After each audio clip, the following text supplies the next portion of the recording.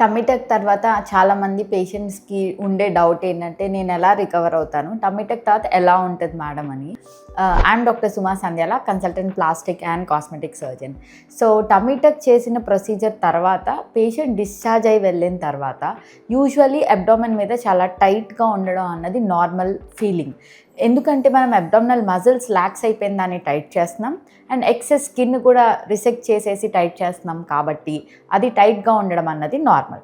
So post ఆప్లో patients కొంచెం వంగి నడవడం అన్నది కూడా నార్మల్గానే మేము అడ్వైజ్ చేస్తాము. పేషెంట్స్కి కూడా అలా నడిస్తే కంఫర్టబుల్గా ఉంటుంది అని కూడా అనిపిస్తుంది. So this is the normal feeling. ఒక 2 to 3 వీక్స్లో ఇదంతా సెటిల్ అయ్యి నార్మల్గా నడవగలుగుతారు. The second thing is adequate rest. నార్మల్గా టమ్మీ టక్ అయిన తర్వాత కొంచెం హౌస్ హోల్డ్ హెల్ప్ ఎవరైనా ఉంటే బెటర్. ఒక 1 వీక్ అడిక్వేట్ రెస్ట్ తీసుకుంటే చాలా బాగుంటుంది. And then nutritious diet.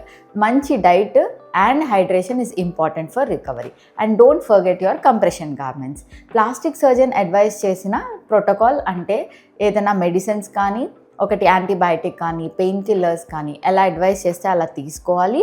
Compression garments వేసుకోవాలి. And don't forget your review.